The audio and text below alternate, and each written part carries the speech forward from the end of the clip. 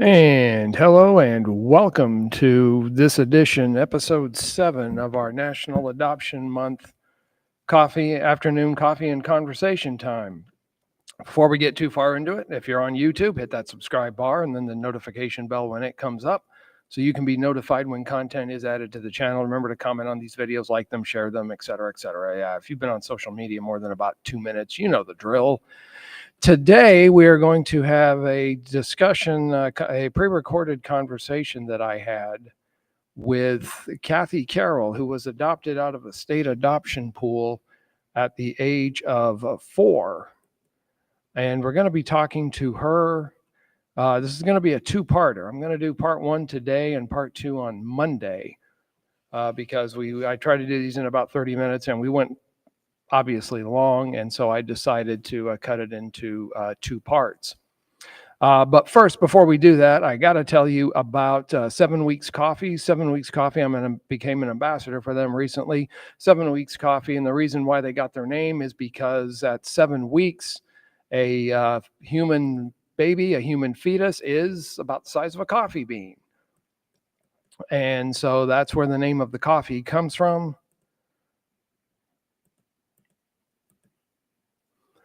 And so go to their website, 7weekscoffee.com, and enter code Cordell2013 for 10% off your first order. They've got several different blends there, several different flavors. And drink coffee, save a life. They've given nearly $1 million to about 1,000 pro-life organizations since their inception. And don't forget to subscribe to the channel, comment on these videos, and check out my Patreon page, as well as my Substack. I've got a new article coming out, speaking of adoption and pro-life. I've got a new article coming that should be published later today or tomorrow on that very subject. So I'm going to start the interview now that I did, part 1, and then I'll be back afterwards for some concluding remarks. So without further ado, let's roll the tape.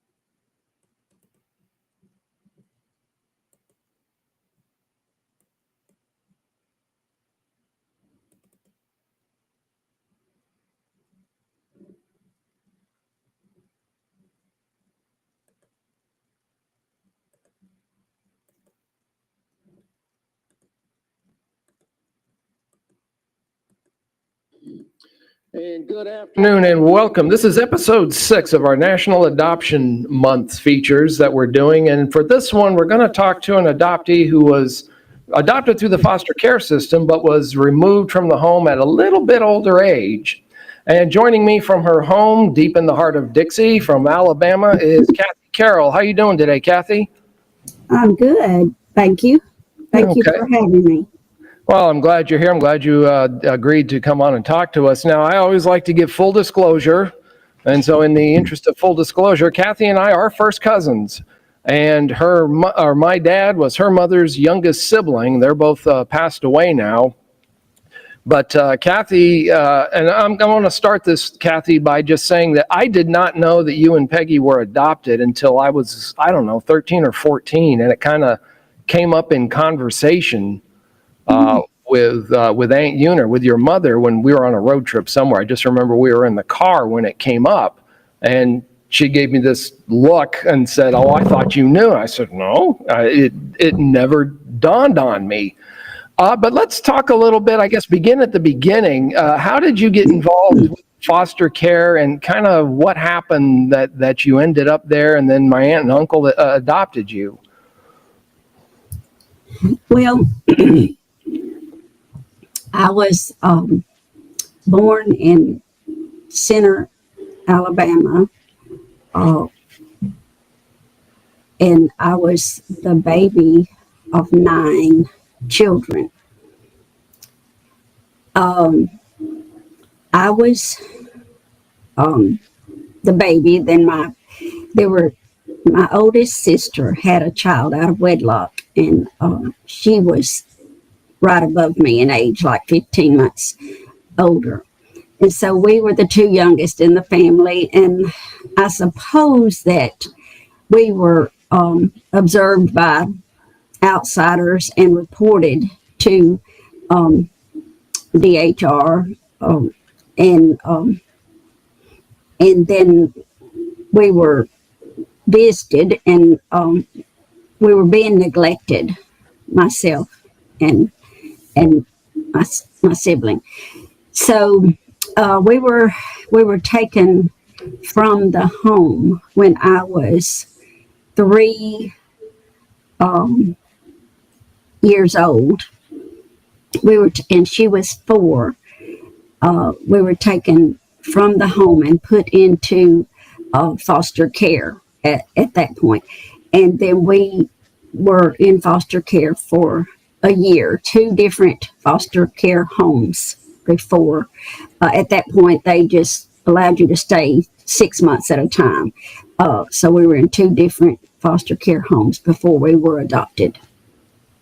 And I just occurred to me, it slipped my mind for you to give a quick bio, but I guess we'll build that as we go along as to where you went to school and that sort of thing. Now that niece that you're talking about, that was Peggy, correct?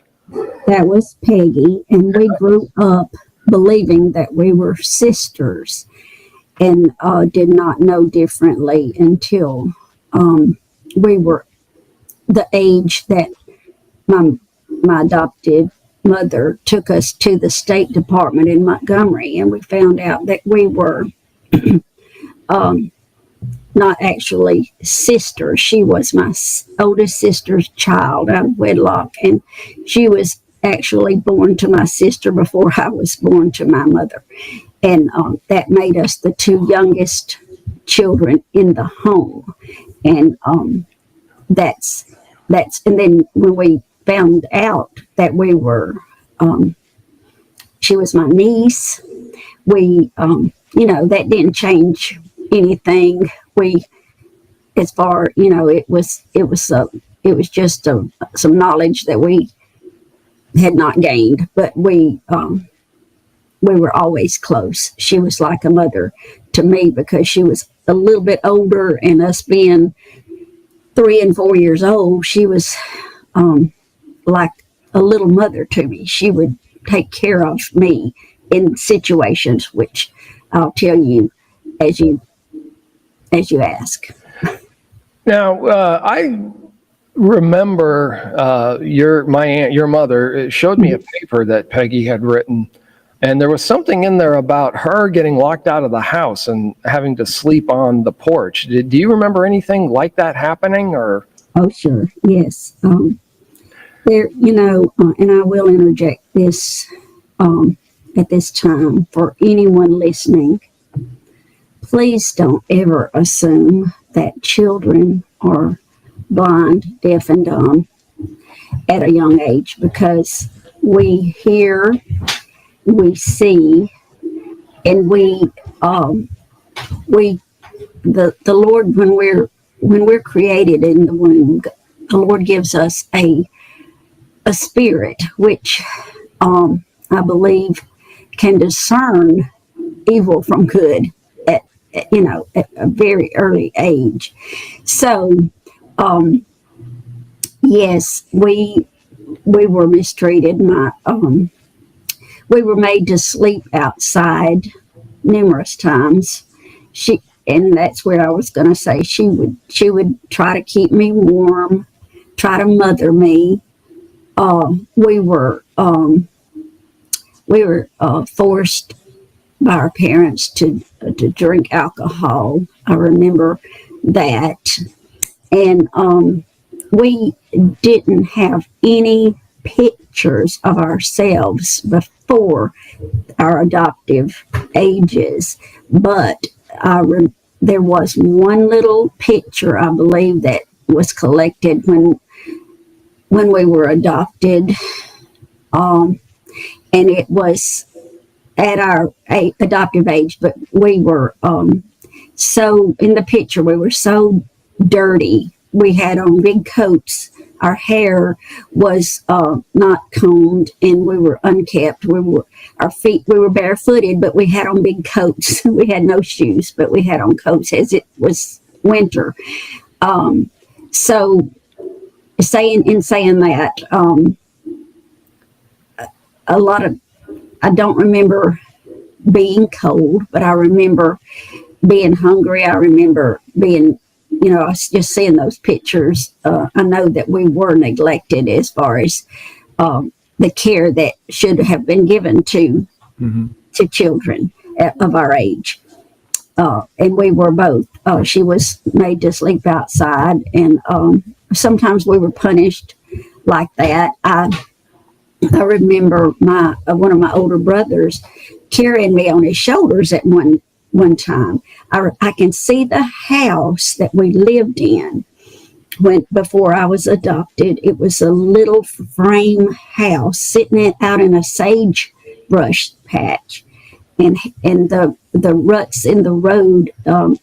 It was just a little rutted road with rocks where wheels went, and grass maybe in the middle. But I remember him carrying me on my shoulders. I remember him dropping me, and I have a scar above my left eye where my eye was cut on a rock. I remember that. I remember the sagebrush patch catching on fire, and we had an outhouse at that time.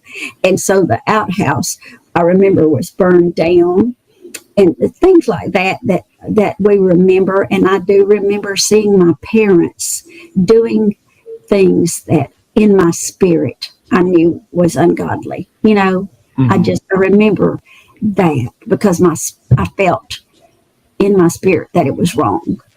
And so that is some of the things that I do remember. And then I remember other things, the foster homes, which if you want me to share, I will. But one thing I was wondering was, how did they break it to you that they were going to remove you and Peggy from your parents' home? Did DHS just show up one day and say, "Hi, you're coming with us," or was there a process? Or Steve, that's all that I remember. Is just I don't remember any preparation. I don't remember our parents being sat down and talked to. I do not. Now that's something I do not remember if it happened. I just remember that, like from one day to the next, I was there, and then I was in foster care, and I have been told since that time that our parents never questioned where we were. They never asked where we had been taken. They never sought us out or tried to make any amends to their behavior. They were both alcoholics, and were given 1 year to get some rehabilitation for their alcoholism, and that did not happen. And therefore, that year we were in foster care.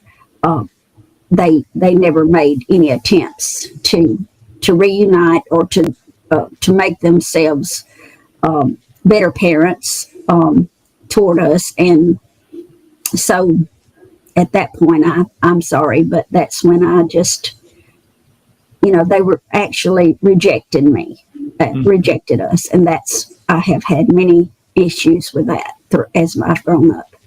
Yeah, I can only imagine that. Now, so they were given a year to kind of get it together, and they didn't, because that was going to be my question. Because today, my wife and I have been house parents in a couple of different homes. We were licensed foster parents, and reunification is the way most child protective services, state agencies worked. That's the goal. Yes. But I guess back then, it sounds like they were still maybe trying to reunify you, but it was all in their court, in your birth parents' court. Mm-hmm. to decide what to do. And it sounds like they just said, Drop "Oh, the ball." okay, Yeah. that's the way it's going to be." Okay. Yeah. Uh, That's sadly that's the way it was, and they dropped the ball and never. Of course, they had 8 other children that were older, and but in mentioning them at this point in my life, all of them have passed away, and my birth parents, there's no one living except myself. Even my niece that I was adopted with, I'm the only one that's living, and a lot of I feel in my heart that a lot of times circumstances and lifestyles contribute to longevity. Uh, and I, yeah. I praise God for taking me out of that, and for the Christian family that I had, that my life was changed. So do you know if any of your blood relatives were given the opportunity to adopt, or was that never an option? No, I. You mean other members of Of your birth family, were any of my them? birth family? No, I don't. I don't know of anyone, Steve, that would that that wanted to take us. And I do. I have been told that I had one older brother that sought to find me. He tried his best to find me before he passed away, but he never accomplished that. I have been told that, and wanted to be reunited with me. One brother is all. Now, what was your first meeting with Uncle Troy and Aunt Uner like? Did they have like a icebreaker meet and greet? Because today it sounds like the adoption process today is very different from when you went through it. It's much more open now, and birth parents and families can kind of pick each other out. But how was it back then? This would have been about 1959, wouldn't it? Yes, Am I right? it was. It's 1959 when I was adopted. My adoptive parents were married in 34, I believe. They were married before my dad was born. Yes, there were some of our uncles and aunts my uncles and aunts that were born after my mother married. Yeah. I figured out that there's 22 years difference between the oldest child in that family and my dad, who was the youngest. So yeah. There was a lot of, and my mother, she was the caregiver to all the new babies, and I think that's one thing that led her to marry at age 18 was to be, to be on her own and not have that responsibility. But she did. My dad and mom were married about, I think, 25 years. I came to understand. They filed for adoption about 5 years before we were actually adopted. They filed for adoption. They really, my dad, Troy Maddox, he wanted some children, and mother did too. There was a physical problem that my mother had that kept them from being able to conceive children. So she, one day, the state system called and said, "I have 2 little girls. Are you interested? Do you want them?" And in my hearing of this story, this is the way that it happened. The state called, said, "I have 2 little girls. Are you interested?" My dad said, "You bet I am." And they took off to Montgomery. and that's where the first meeting that we saw them. And I was one thing, and to listeners, again, I believe there was traumatic things that happened in my early years that maybe I blocked out mentally because I was terrified of men. And when the day that my mom and dad adopted us, at that time, you didn't have to be buckled in seatbelts. Children didn't have to be buckled. They could just be And we loose. like to tell the tale. And so I was standing on that hump in the back, right between the, right in the middle of the floorboard of the back floor of the car. And my mom told me, my adoptive mother told me that I stood on that and watched him and looked him up and down the whole ride from Montgomery to Clanton, and that I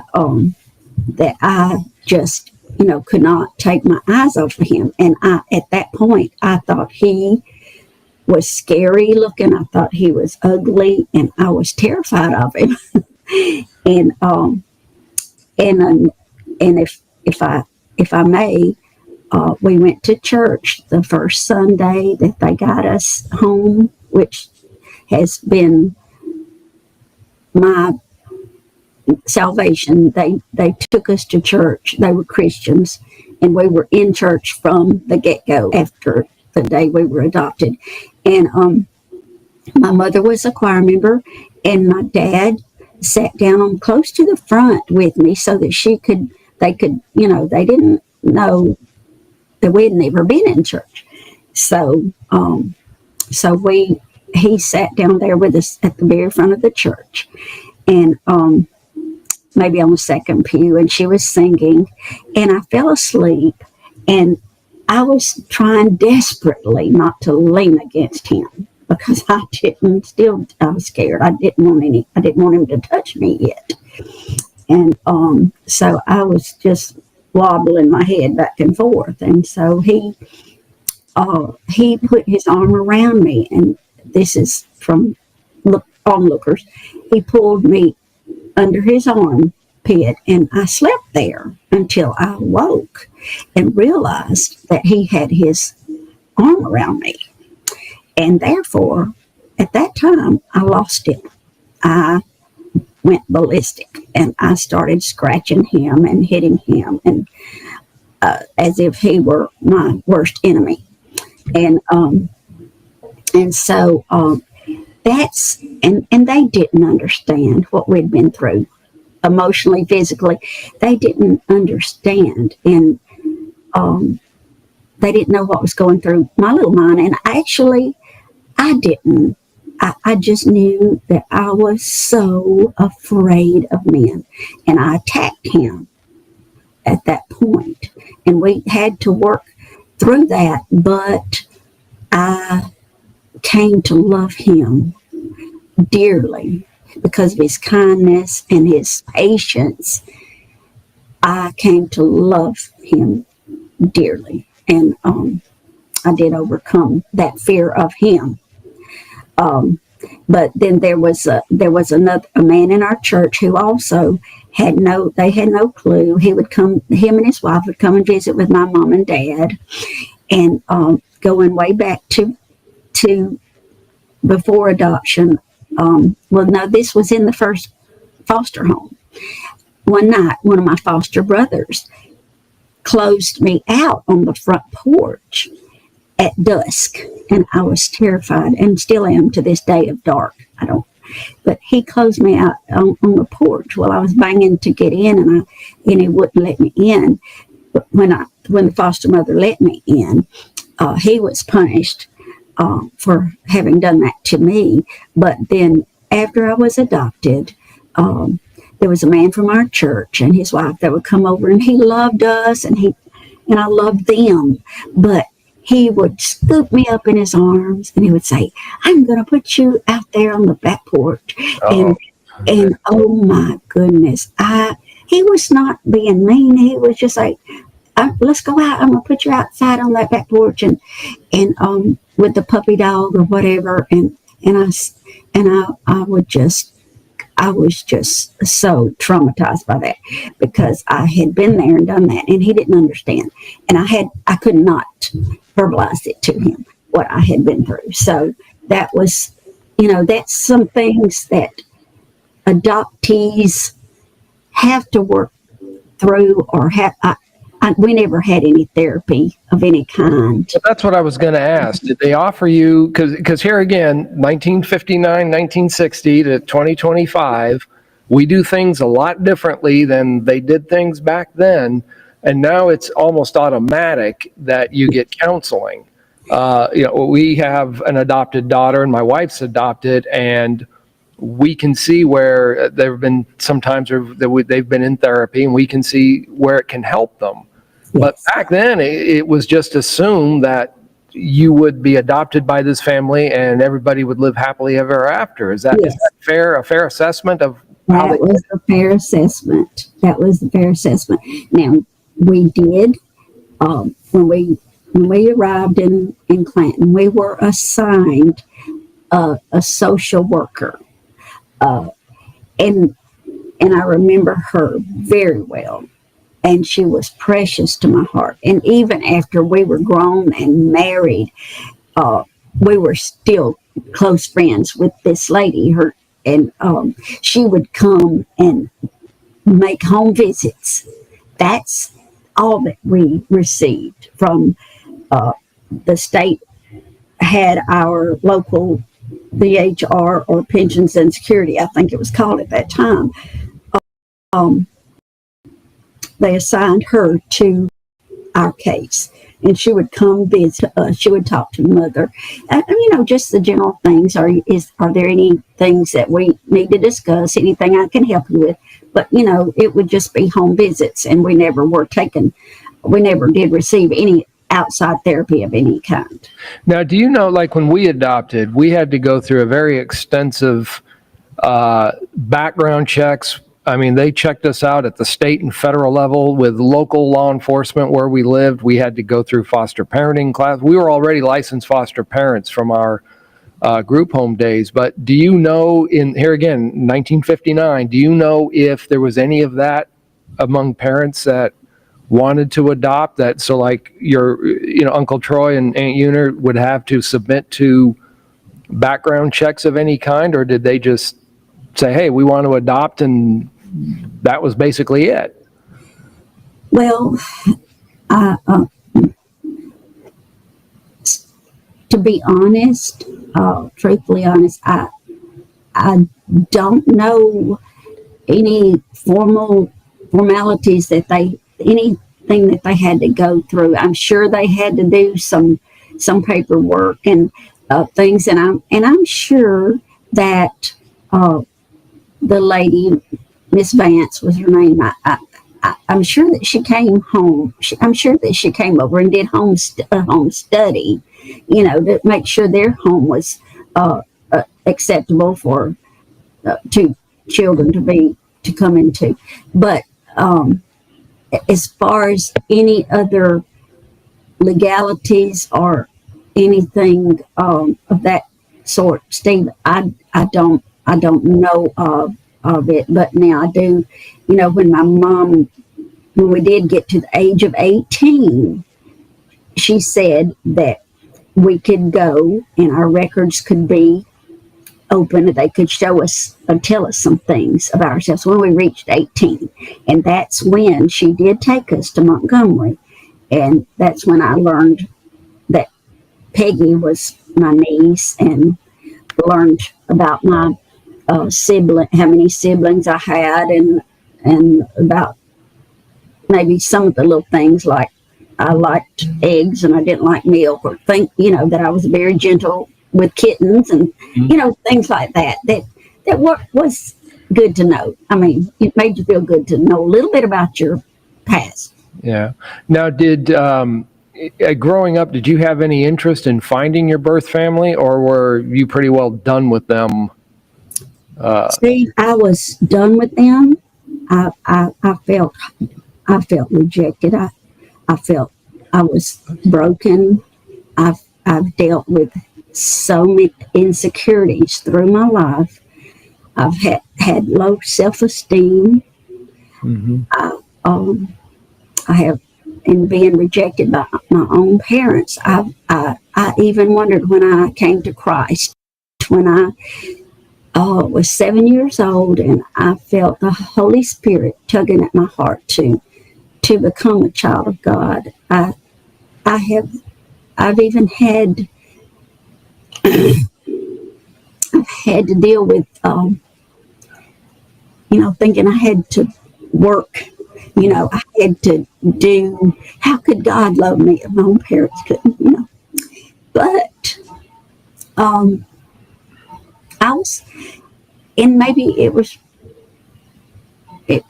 wrong with me. People say, well, you should forgive, but they had reasons. They maybe it was circumstances they couldn't overcome or whatever. Well, yes, that could have been the case, but my but Peggy and I, we didn't. That was not something that tugged at our hearts to find our parents. Neither of us never thought, oh, let's go find them. We got to find them. We got to know about our family. That was not. That was never a burden for my adoptive parents. They never, felt pressured to do that. Now, the first time that we did delve into the ancestry business was the year before Peggy passed away, or maybe a couple of years. She was diagnosed with Parkinson's disease at age 49, and she wanted to know some medical history Mm-hmm. of our blood relatives, to see if she could see where that had come from, to see if she had, gotten that genetically, and if it would be a problem with her children, whatever. So she did delve into that, and she found that I had one living sibling, one living sister in.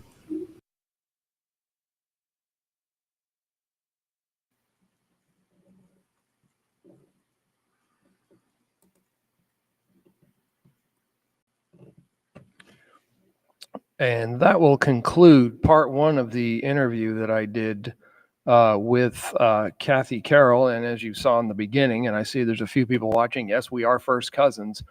And we will conclude this. I'll show part two on Monday. And as you can see, I'm still dealing with some of the